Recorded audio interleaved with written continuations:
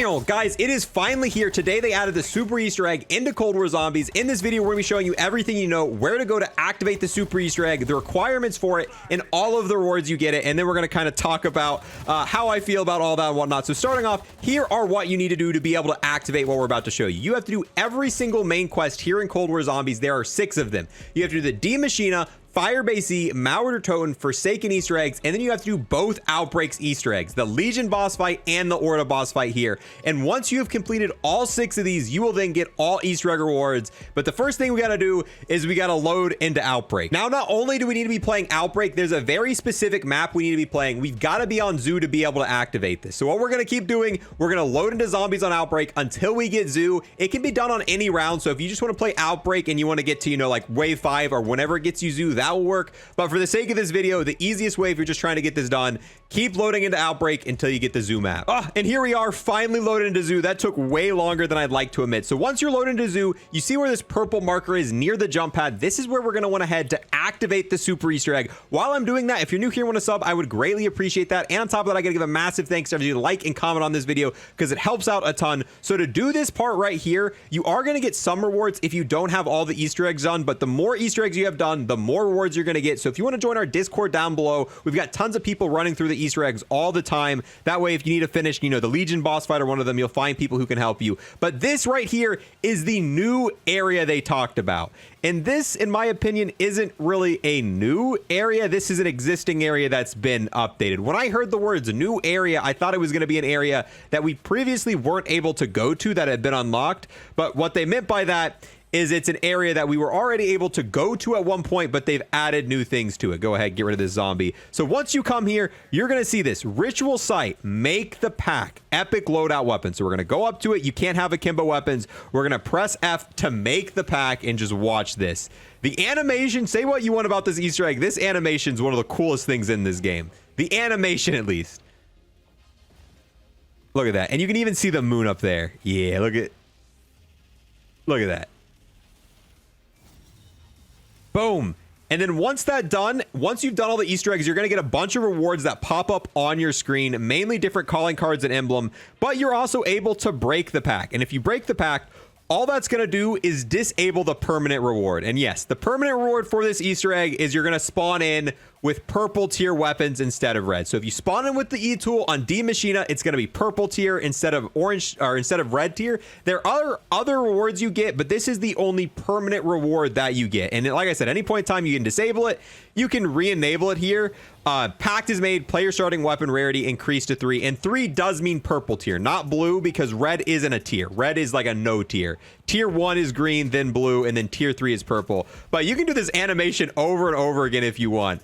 But now that that's said and done, let's go out of game and show you all of the rewards you get that are cosmetic things. The only permanent reward you get is the purple tier rarity weapon. There is nothing else you get besides that. However, there are over a dozen rewards as they stated that you get. And all right, now let's go over every single reward you get if you've done all the Easter eggs. Starting off, there is a new Dark Ops in the game. If you go to challenges, go to zombies, go to Dark Ops. If you haven't done what we just did, the Pact, you will see a classified Dark Ops here. This is the one calling card you get for doing this. In Outbreak, make the pack after completing all main quests.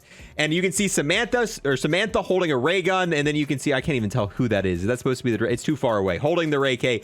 This calling card is a little underwhelming. It's not even animated. And I know what you're thinking. None of the Dark Ops calling card are animated. Actually, the one you get for completing the Forsaken Easter egg is animated. So to get this, the Pact calling card, you have to have this calling card. And I think this calling card is just better. I mean, it's an animated director mug holding. So to get a non-animated calling card it's a little underwhelming. I'm still glad we got it because it could have been nothing. This is a year 2 update for the game, but these are all the other calling cards you get. As you guys know, every Easter egg you do in this game, you get a calling card. So to get this calling card, you have to have this calling card done, this calling card done, this calling card done, this calling card done, this calling card done, and then you also have to have one of these. I forget which one is the original D Machina one, but yeah. And you got to have this animated one. And I'm not going to lie, this calling card is cool, but I don't think it's better than this one. I don't think it's better than this one. It's probably the the most like basic looking Easter egg calling card we've got. This is Maxis in space, the breakthrough. So I was kind of hoping the calling card would be a little bit more cool, but you know, at the end of the day, it's a calling card and you can wear it if you want to show that you've done all the Easter eggs. But I know what you're saying. There's over 12 unique rewards. So what else do we get besides the calling card? So if you guys want to go into here and you want to go to player identity and you want to go to emblems, yes, this is where things get really disappointing because this right here is the bulk of the rewards. They added in 12 emblems that we've unlocked. We've got Sam, and it's bugged out right now. For some reason, it says Diamond. It says Zombies Weapon Mastery Diamond. This is what we would have gotten for doing that if that would have been our first time doing it. But yeah, after you do the pact, you get Sam, you get Maxis, you get Weaver, you get Strussus, you get Raptor 1, you get Revenoff, you get Sergey, you get Gray, and you get Carver. You also get Valentina, you get Klaus. Oh, Klaus emblem, you know I'm running that. That's the best one. And then you get Peck if you want to run Peck. But look at this. 1, 2, 3, 4, 5, 6, 7, 8, 9, 10, 11, 12. You get 12 new emblems, and that is the majority of the rewards. So far we've got a new Dark Ops calling card, 12 new emblems, which you can only run one emblem at once, which is a little, yeah. And all these are these are little radio icons that appear on screen. So they just took these from the radio, put them out here. But there is one other out of game reward you get, which is the coolest one. We saved the best for last. And you can see we're in the watch category. You get the Dark Deeds watch. Keep a piece of the Dark Aether close with the Dark Deeds watch. No, this watch is a functional headshot tracker, and the watch does look pretty sick, and it counts headshots.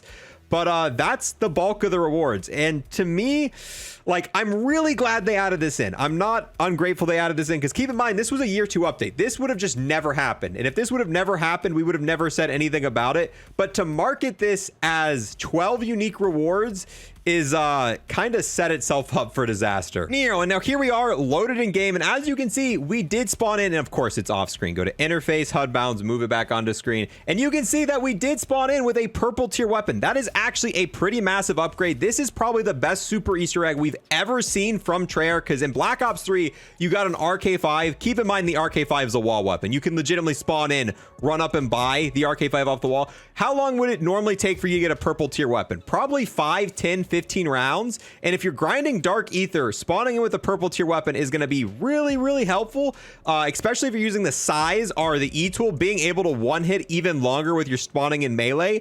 It's definitely going to make the starting of every zombie game you play a little bit easier. But I don't know. I think for me, it's just a little bit overwhelming. I didn't even really care for like these super different upgrade things. I was kind of hoping to, you know, get the Cerberus or the Crystal Axe and Outbreak. And that's not even new content. If you think about it, if they would have allowed just different wonder weapons to be used on different maps, it's not like you have to really make any new stuff, because it's year 2, boys. They're working on their next zombies game, so they don't want to develop too much stuff for this game.